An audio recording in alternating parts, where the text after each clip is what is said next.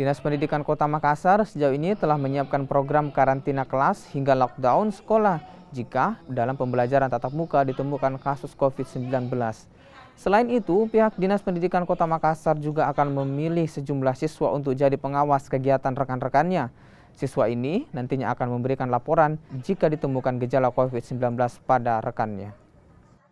Kita akan melakukan, pengelola sudah melakukan, pertama adalah melakukan tes massal untuk memastikan ini. Kemudian yang kedua adalah tentu vaksinasi ini kami genjot untuk mendapat bagaimana supaya bisa lengkap.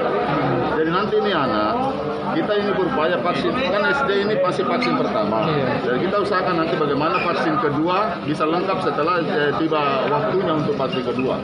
Nah, kemudian yang kedua tentu kita ini tetap memperketat protokol kesehatan dan pengawasan. Yang paling penting ada perintah Bapak Wali Kota terkait bagaimana tugas kami selaku Dinas Pendidikan untuk persegera membentuk dokter kelas.